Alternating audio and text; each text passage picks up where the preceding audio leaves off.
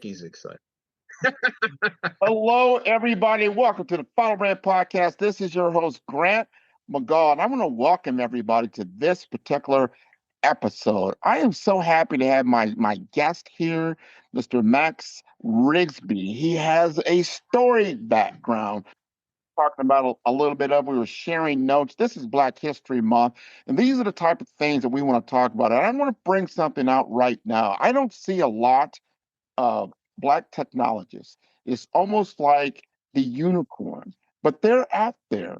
They're out there, and when you come across them, you'll find out how fantastic they truly are. And I also want to speak to my young professionals, especially in the Black community, because they say, well, Black History Month, yeah, but they're always talking about something that happened 100 years ago, 150 years ago, 70 years ago. Well, guess what? Max is alive right now, and he's been doing some very, very phenomenal things. And him and his father has been doing some phenomenal things of just getting the research done. But he comes from a very long line of individuals that has culminated in his presence. We're going to first talk about some of the things that he's working on, get a good understanding of his story, and then we'll go deeper into our discussion because it is Black History Month. So, Max, you like to introduce yourself? Grant, it is a pleasure to be here. I'm super excited. You can see I'm wearing a little Blakey today, right? I love jazz, right? And I certainly love the great heroes of it for sure. Definitely excited about the discussion we're about to have. Well, let's jump in about some of the things you're doing right now. Mhm. Share it with me. You demonstrated to me some of these compute-ready documents, what you call like semantic twins. Mhm. And I don't think a lot of people understand. Now, you were in a certain area of artificial intelligence in technology and business technology, business intelligence, but you are all the way up the stack. I want you to help us understand, if you could, the simplest before and after story that you can use to explain the leap to a enterprise buyer around what you do. Sure, absolutely. Thank you for the question. So I am the co-founder of Gadget Software. We are based in Hackensack, New Jersey. We've been around 10, 12 years. And our principal focus over all that time has been making what's referred to as unstructured information. Think of PDF documents, think of mail. Actually make that kind of content operate the way information operates in a spreadsheet. Mm-hmm. Okay. And to accomplish that, we use a lot of AI to read in content and to organize it into what you described as semantic twins or compute-ready documents. So what are those? Today, and this is possibly true with many of the members looking at this audience, if they want to use, say, a chatbot, they may take a PDF file or several PDF files, chop them up in a variety of different ways, and then feed them on. There are challenges with doing that, and some of it is context is lost, right? There's a lot of context can be lost there. Context that we, as readers of content, always have available. I mean, think about having, say, a scholarly book, and it didn't have, say, a table of contents, or maybe it didn't have page numbers, or maybe it didn't have the right sort of pieces to help you understand where do I find exactly what I'm looking for. What we do is we take that content and we organize it into components, and each of those components is deeply, deeply, deeply described and then organized into a single document that we call a semantic twin. So think of it as a document that's literally built for machines with all the instructive information, all the nuance, questions and answers, keywords, all types of semantic data, but it is specific to help chatbots, but not just chatbots. Our data can actually be read into business intelligence tools. We do it all the time. You can visualize and navigate it, and you can use it into What any. you're talking about is so important because I think, like, when you're building out a pipeline, and you think about, well, is this about ingestion of data? Is it topic segmentation? Is it metadata synthesis?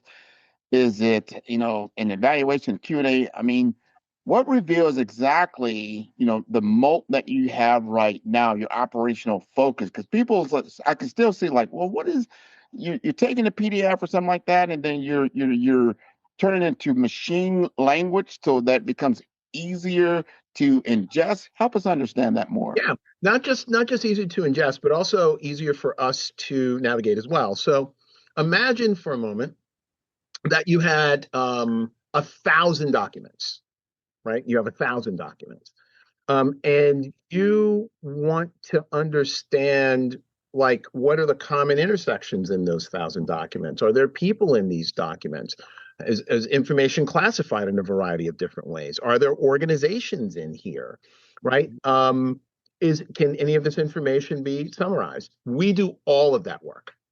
We do all of that work so that when you, and I do it all the time, you can literally take a corpus of material that's been turned into compute-ready documents and read them into Power BI and build a complete visualization and navigation that will allow you to instantly see, oh man, look at the common words that these documents all share, or the common concepts, or wait, look at all the different places that they're mentioning. Now, all of a sudden, it's quite visual. We also have a mechanism through which we can integrate a kind of artificial intelligence inside of that, so that when I find the pieces that I'm interested in, I can direct it at AI to say, you know what, give me a summary or an outline, but just on the pieces I've selected, right? We call that directed AI. That's very different from when you're using a chatbot and you're asking it a question, and then it goes out and it finds the pieces and it pulls them back. In directed AI, you get to be in control of precisely what it's going to use.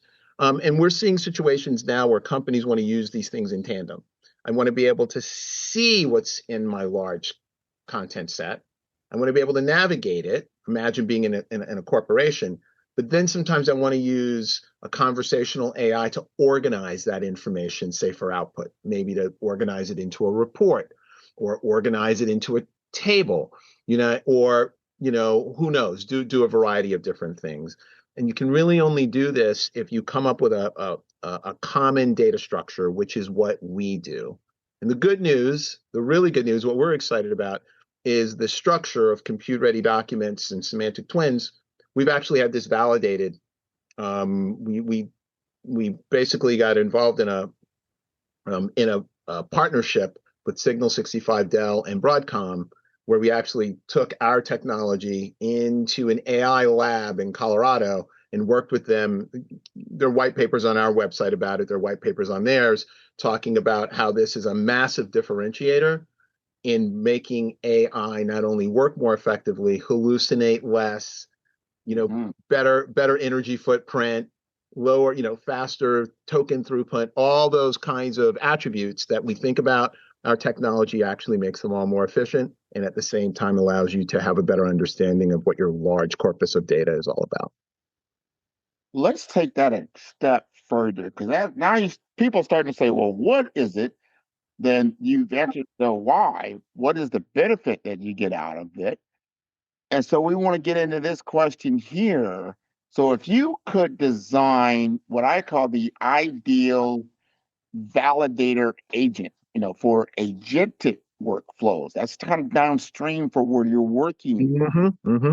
So what are, in your opinion, what are the 3 checks that it must run before anything ships downstream, right? Right. So I know there's a lot of assumptions, there's a lot of reads, but connect this directly to how AI works. Okay, so it's really funny you say this, because I just had a very interesting agentic workflow pipeline breakdown recently. Not in my technology specifically, but in some tests that I run. So let's talk about that. So one of the challenges in any form of an agentic and autonomous flow is you have to have certainty that the inputs and outputs are correct and that the handoffs are accurate. Way we do this in our technology, right? We use a lot of AI, is when we are generating what we call the artifacts or the metadata, right? Around for compute-ready documents, we actually have validators. So, for example, if I've got a piece of context, right, and I'm generating Q&A pairs, then I have a validator that says, well, hold on a second. I'm going to take a look at that context, and I'm going to look at these outputs, and I'm going to score whether it's relevant. I'm going to score whether it's, accurate. right? And depending on what that scoring is, right, we can make a decision whether we think we should keep it or do it again. Okay, so the notion of having a validator, particularly when you're either ingesting or more importantly, outputting information, is absolutely critical. So in terms of your agentic workflow, you have to have a way of saying, A, do I have the right piece of data? Well, some of the ways you do that is to grab some of the surrounding metadata, right? Does it have the right attributes, right? Let me grab a summary, or let me grab a collection of keywords, or let me grab some classifications to make sure. For example, I'm talking about one of my favorite examples. If you want to drive an AI crazy, you can ask it questions about the word Georgia. Okay. And it doesn't really know what to do, right? Because Georgia can be the name of a person, the name of a state, or the name of a country. Mm-hmm. And so without context around Georgia, it actually doesn't know what you're talking about. Right. But if I gave it Georgia, and then I gave it some descriptors around it that suggested it's a place, I'm going to no longer talk about a person, right? I know it's not a person named Georgia. And then if I have some additional information that suggests that it's, say, near Russia, then I know it's a country. Mm-hmm. But that's all contextual relevance. Right. That's what we provide around that piece. And so from an agentic perspective, you want to be able to understand the descriptors around the data you're looking at. And those descriptors provide you the clues to say, I've retrieved the right piece, right? And now I'm going to do whatever work you've asked me to do on that information. Hopefully that makes sense. That makes 100%. Context is very important. I always talk about a context-aware environment. We're trying to get there. How the internet's going to change, it becomes a context-aware environment, meaning so it does understand what it is that you're talking about. But human language is not that simple. You just talk English. There's not lots of words that sound the same, maybe even spelled the same, but mean something completely different. So you're asking the machine to decipher that and come up with the right answers, and that's how you get into what we call drift and the AI, or you call it hallucinations. When you start having this, and I'm warning people about this when they get into agentic systems, you're taking something, you're used to a deterministic world, meaning 1 + 1 = 2 in a binary system. It's never going to equal more than that. It's always, so it's very, very stable when it comes to that. Where if you have a probabilistic system, AI is probabilistic. That means it's probabilities. So like 1 + 1, I've used this analogy and I use it again. I am 1, Max is 1, there's 1 and 1, but together we make 3. It's groups. So it's different. So it's a different probability of what I might say and what he might answer and that type. So it's not an exact science is what I'm getting to. So in an agentic system, if you're dependent on it to have a similar outcome or result, you might, from handoff to handoff, you get more and more drift from where you're at. All of a sudden, you were talking about a woman in Georgia or named Georgia. Now you're talking about a woman named Georgia that's in Georgia in Russia. I mean, you can really get off track, is what I'm saying. I don't know if we completely have solved that yet. Maybe with these different formulations from the LLM, I would say, and then we start getting into these image AI or spatial AI, maybe that will help more. I'm not sure. What's your thought on that? It's a good question, right? I mean, a lot of this is about contextual relevance. Actually, as you were saying that, I forgot to mention there's a fourth Georgia. That's typography. So and I love that personal example because, if I were to throw the word Georgia out, you could come back with an answer, but without the context, you really don't know what I'm talking about. In terms of what all this means in terms of the world of agentic and so forth, we need a lot of checks and balances. We definitely need human in the loop. And we need to build guardrails around these systems. I had a situation last week, so and my goal here is not to bring in too much politics, but I'm gonna bring up this one particular issue because one of the things I do is on a daily basis, outside of my platform, I test AI systems every single day, and I do it through a mechanism of political cartooning. Now, on the one hand, I mean, it may look to people, I'm just creating these political cartoons, but actually that's not really the whole reason. The reason why I create political cartoons is it requires AI to read information and then organize output in a manner that's either dealing with sarcasm or it's dealing with some type of point that needs to be made or some type of issue that needs to be raised. I work a tandem pipeline on this. I have two agents. One agent serves as a researcher. The other agent serves as an illustrator. I don't do it in one, I do it in two. And the reason is because I need to test, does the researcher understand the nuance of the political cartoon it needs to create? And can it hand off a prompt that gets the illustrator to envision that? I run these every day. If you go to my LinkedIn page, it's just filled with these political cartoons I do all the time, right? Yeah. Last week, I ran into a very interesting problem. I was dealing with the Medgar Evers problem with the National Park Service. So last week, they decided, hey, we're going to pull out all the pamphlets and, we're not going to talk about racism anymore. And we're really not going to talk about how Medgar Evers died. And we're really not going to talk about, what happened to him. We're going to change all that, right? We're going to change the history. And so we're gonna build a political cartoon, but the cartoon was wildly wrong.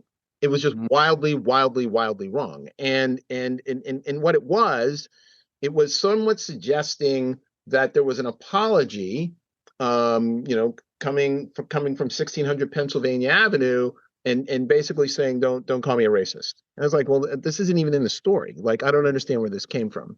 And so I ended up in a conversation with the researcher, right? So the researcher is handing off information to the illustrator, and the illustrator drew this wrong picture. And what it told me was it actually never read the article. What it told me was it made an assumption, and it made an assumption based on values in the slug in the URL. Hold on. So it made a collection of assumptions about 9 words that are really designed to be picked up in SEO. And it used that to create an entire story.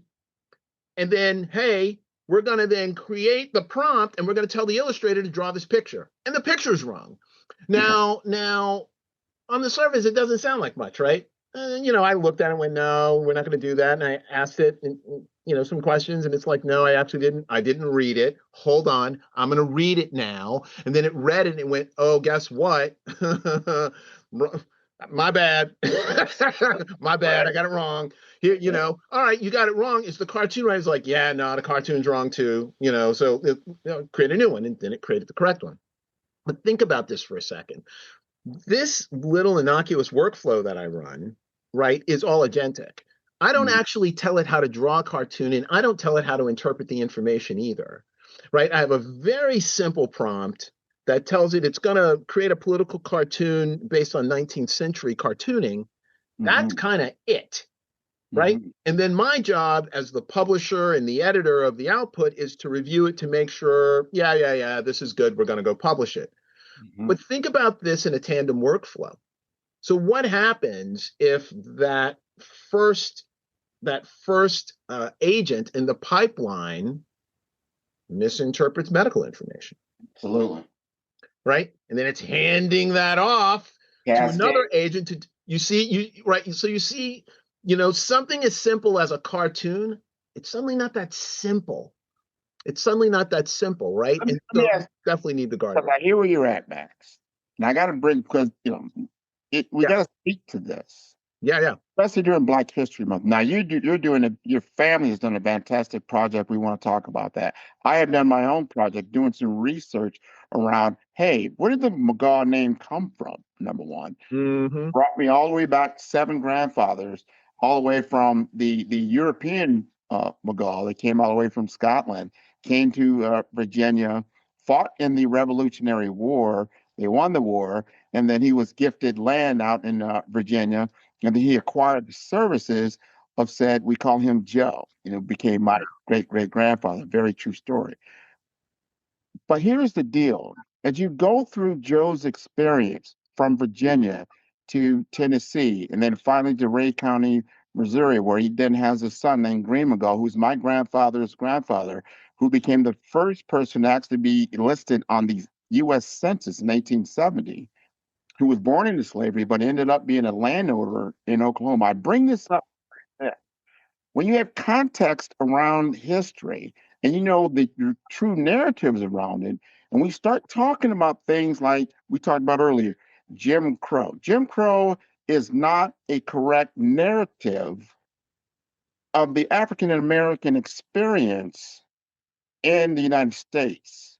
It is a caricature that was created by a whole nother population of people for the purpose of oppression. That's right. Then when that becomes reality, it becomes cascaded over 100, 200 years. People think that, well, that was the way it was. That was real. Like, there's nothing real about it. That was someone's opinion that got then printed into history. What are That's you right. thinking about that? Well, I think about that all the time. So I have a project that I run with my father. He's 90, called Then Is Now .substack.com. That's where it is. It's public. And part of the reason it's public is because he and I decided that we felt it was very important. Somebody's got to tell the history of what was it like growing up, during the legal definition of what was called Jim Crow. But in order to understand him, we had to go way back in history. And we had to, like you, right? I can actually put my great great great grandparents, right, on plantations in North Carolina, right? And I have, a great great great one of those greats, right? Grandfather that actually testified at the trial of a governor who was being impeached in North Carolina, and he talks about how he was attacked literally by the Klan. I mean, it's public record. The man talks about this in public record, and he talks about it in public. And so, when we begin to understand these things, what's become very clear to me, whether it's my father or the people that were around him or the people around them, right, from a community point of view, they were striving for something. They were always striving for something, right? However they were doing it in the communities that they were living in. And that creates sort of this interesting counter challenge for us, right? Because we're not striving to get somewhere. We're actually striving not to be pulled somewhere right now. And that is why my father wanted this diary entry that he does called Then Is Now, because he wants people to understand the path that we're being towards is actually the path I was walking away from. I'm hearing phrases. I've heard these before. I'm seeing activities. I've seen these before. I grew up with this and grew out of this. Right. And I see that we're sliding back into it. Right. And it does get interesting to me when I start to work with him on these audio diaries. And we use AI to embellish aspects of his audio diary. The audio portion is always true. It's authentic. It is him. He's telling his story, right? That's the authentic part of it. We use AI to help frame the broader historical narrative around him, right? So that's his story. But let's tell you the story of what was happening around his story, right? Fill in the blanks. Here's what's gotten interesting, Grant. My father and I, we have two different sort of views on what this project is about. For me, it's always about his audio diary. Like, oh, that happened? That's not what it is for him. What it is for him is we have AI podcasters. We use Notebook LM for this. And he's always interested in what they are saying because he wants to know, well, what was happening around me? Yeah. Right? The history I wasn't really paying attention to. Right? I didn't really see because I was too busy living my life. And he's basically telling me now, like, I'm beginning to understand things about what was happening to me that I didn't see at the time, which is fascinating. So you're 100% right. This notion of, especially in Black History Month, but maybe it should always just be Black History Year. maybe we shouldn't even make it a month. It's just now it's the 2026 edition. And we all collectively need to understand as best we can our personal stories, our family stories And then we want to understand that story in the context of the broader history, because it is very grounding. Mm-hmm. Very, very grounding. And it's a legacy story. You and I talked about this before, right? You're sharing with your children, right, what's behind you. Yeah. Right? These are the people that, look at this, right? Look at what folks really fought for, right? And look at what they endured.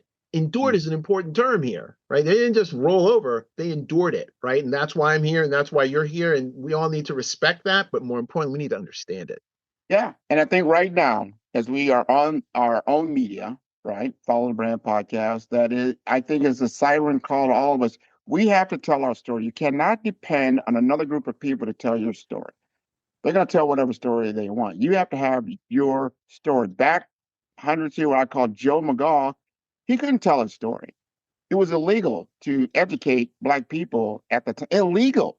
Think about that. Illegal to educate anyone. And then to grow out of that, we are the American story when it comes from an underdog perspective. What are we doing? We are definitely fighting for freedom. We're fighting for freedom every single day, for the right to exist, to be who we are. We are the original Americans, if you really look at it. We didn't come over in the 1920s on big boats from Europe. No, No, no, no, no. It was a little different journey. a little bit But, of a different journey. Yeah, a a little bit little of a bit different. different journey. Yeah. But we're here, and because we have things like our AI tools, we can do deep research very quickly. There are so many micro archives that show where your family was, or you can get me. In my case, I had a very easy to trace last name. So it wasn't that hard for me to get a lot of information. And you start thinking about, well, who acquired what? And you can start seeing these acquisitions over time, even through slavery and whatnot, even to the boats that came over from Africa. They had records. So then you can do some research around that type of stuff. I don't want to get too far deep into that, but I want to bring it back to you because your Yeah. story is powerful in the fact that I just stated earlier, you are African American and a technologist, high level. Most people, when they think of technologists today, they get a mental image of potentially a younger white guy who's kind of geeky, living, inside of a data center for the most part. However, that image is not correct. So, getting back to our agentic AI Yeah, absolutely. box here is if I tell AI to draw me a technologist, most likely it's not going to draw Max Riggsbee Does unless not. he makes it very, very prominent that he is who he is. How did you get into this space? That AI bias is real. So I have been wow. So I've been in the AI, not the AI space. I've been in the data space for a very, very long time. I've worked in financial services. I've worked in Silicon Valley. I've been a chief technology officer. I've been a general manager. I've done consulting, and I've been involved in early startups, several actually. And it's mostly been around data, whether how data is stored or how data is retrieved. That's really been my area of focus. And because of that, the one thing that I actually learned is that everything goes to ground. No matter what you're working with, it all goes to data. If you have no data, nothing works. Look at the large language models. The large language models don't work without data. They don't work without data, right? That's what they eat, sleep, and breathe, right? And so for me, as a Black technologist, in particular in the area of data technology, that's both networking and storage, and now actually involved in schematic structures, right? That's where I've built my expertise across a number of different industries. One other thing I'll say is I've been working in AI before. Well, I won't call it generative. I was working in natural language processing before the whole generative thing even took off, right? Yeah. And so for me, I've been doing this for a long, long time, and it's the kind of work that a lot of people don't think about. They don't think about unstructured data. They don't think about documents. They don't think about these things. What I will tell you is it's extremely difficult work. It is very, very hard. There really are no two documents that look alike. They have strange behaviors. They come in different timelines. And so what I do sometimes just to test our systems, I recently, engineers will say, go find us like hard stuff, like go find hard stuff, right? And sort of like, all right. So I recently went and got the Pentagon Papers. Like now, the Pentagon Papers are all scanned.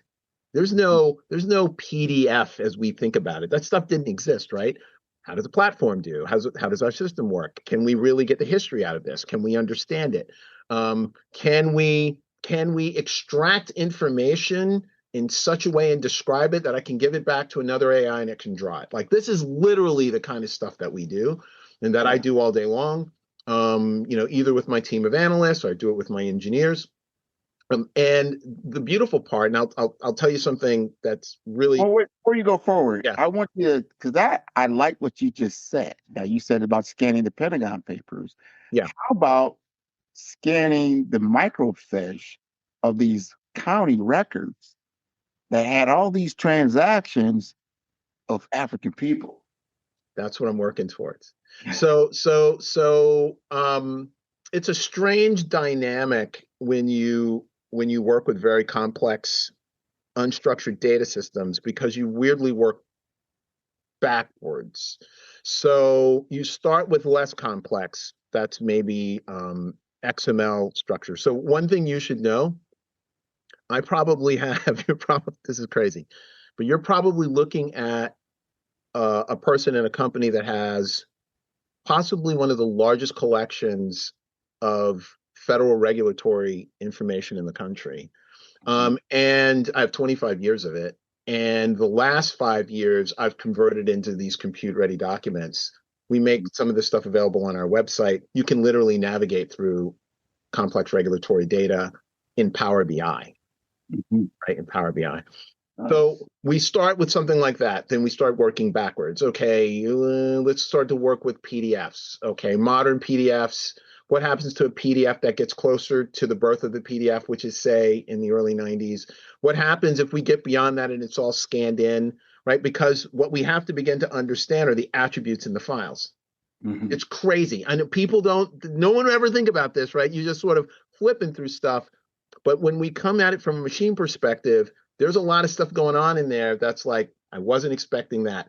Here's one, and everybody's done this. Nobody really understood it, but you've done this. You've gotten a PDF and you go to copy. Yeah. Then you paste it, and it's like, what is that? Right? Yeah. It's like a bunch of junk. Okay. So what's happened often in that is that there may be what's called a glyph. There's some type of letter structure, right?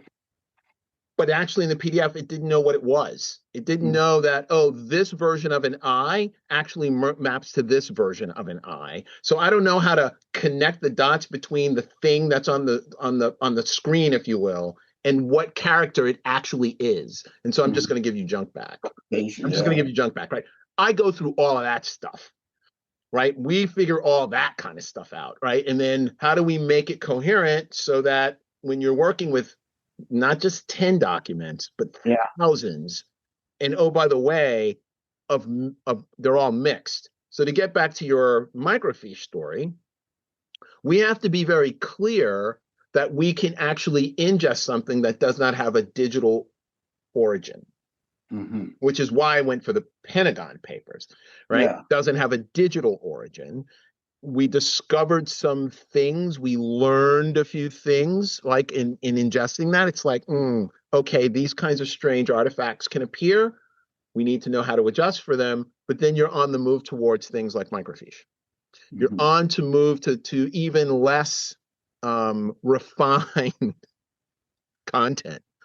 Right? Yeah. Because the idea is to be able to get this inside of machines effectively, right? So that it can be used and merged, right? Let me ask you this, because one thing that intrigued me, and it goes back to my grandfather's grandfather, his name is Green McGaw. And the reason why that is intriguing, because we have an image of him. They took a camera photo of him when he achieved homestead status in Oklahoma. That was part of the process and take a picture of him. So we have an actual image of what he looked like and he was smiling. Yeah, it was happy. Got his paper, right? So this had to be around 1890s. This is before, right before Oklahoma became a state. So around the 1890s, at that time, he was about 50 years old. But we have an image. So you Yeah. get to imaging, when I was talking about spatial AI and things like that, there's probably, and I think photography became of use in what, the 1860s, 70s, or something like that. Yeah, and then by the end of the 1800s, we have the Kodak camera, right? The first idea of the notion of something that's a little more instant, where you didn't have to set everything up. So yeah, he's right in that zone, right? Yeah, yeah, Right in yeah. that zone. Um, so images are very interesting to me, not just in terms of the output, but language models have a very interesting characteristic. And when you work with vision models and language models together, you can do some really, really interesting things. So one of the things that we are working with right now, we ingest. Let's just say that we're ingesting some type of document. Right now, we're working with flight manuals, and flight manuals have a lot of imagery, and a lot of diagrams. Here's the thing: I don't actually want to carry the weight of an image. Images. If you look at documents and you look at the size of documents, right? Sometimes I can tell by the size of a document that it has a substantial amount of imagery in it, Mhm. because PNG file these things are heavy. Text is very light, but images are not.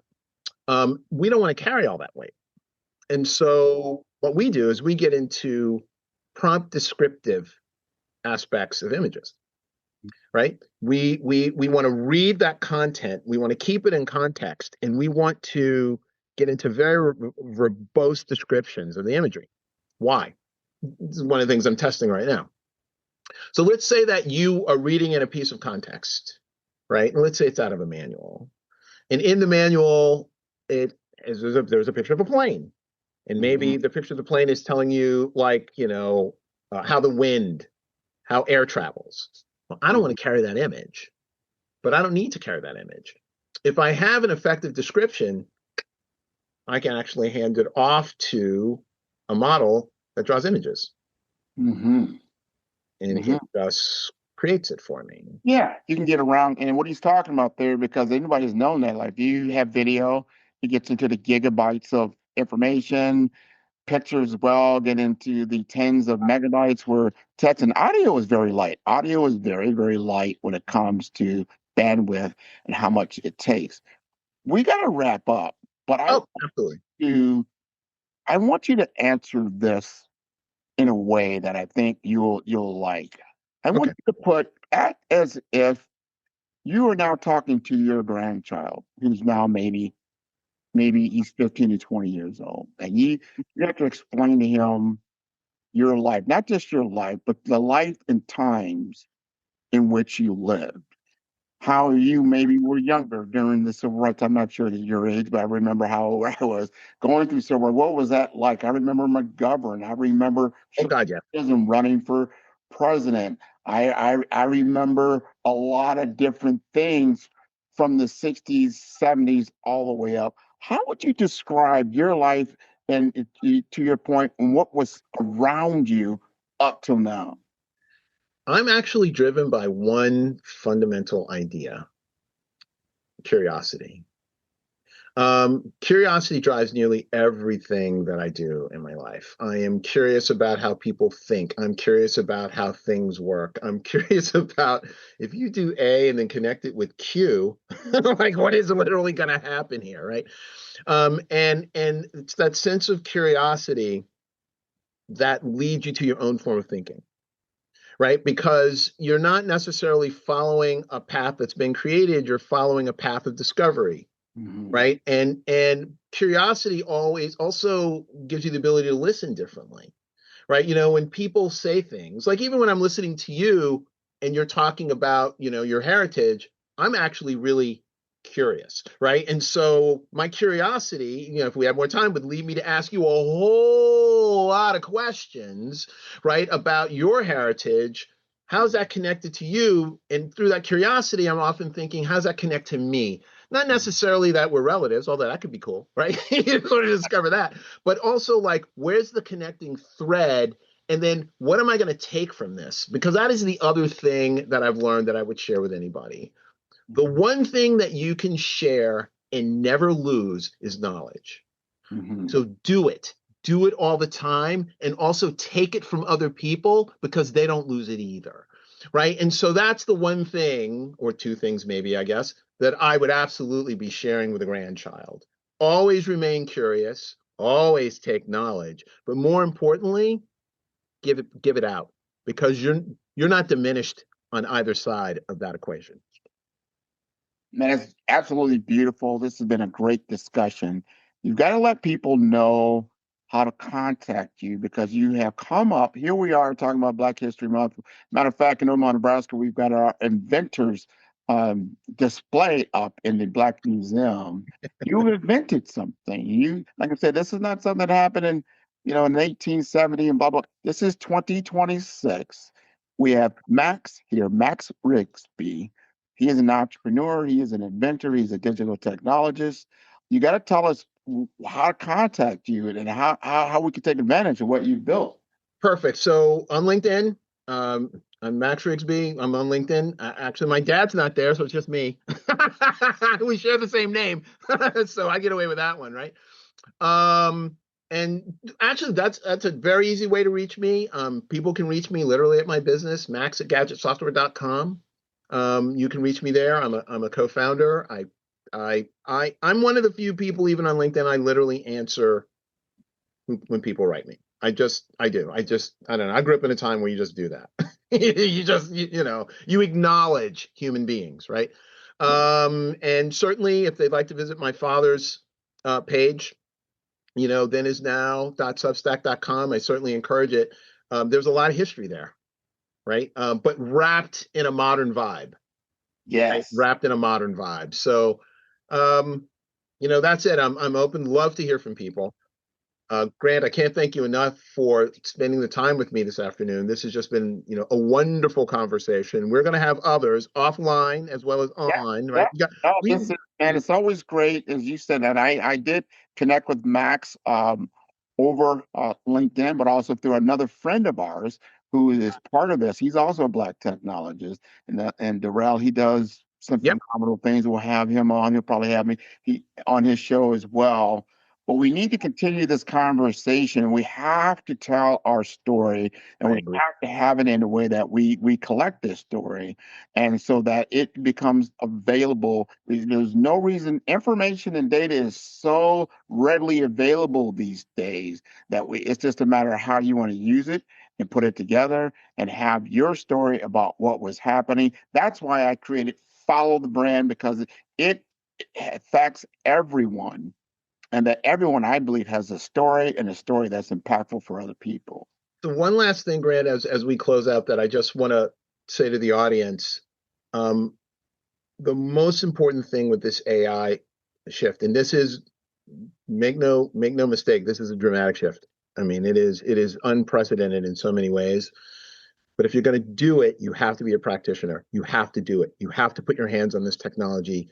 Find a project, find something to do, find a reason to use it, find a reason to engage it, because it is transformative in how you work. And it is our opportunity, right, to leapfrog. We really can. We really can. Yeah, no, 100% on that.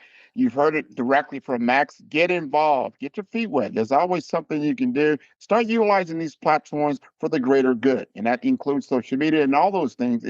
Those are just platforms. How you utilize the platform is how you get the outputs that we have. So thank you again for being a guest on the Follow Brand. Thank you. And you can see all the episodes of Follow Brand at 5-star BDM. That is the number 5. That is star, STAR, D for brand, D for development, Informasters.com. I want to thank you again for being on the show. Thank you. You're welcome.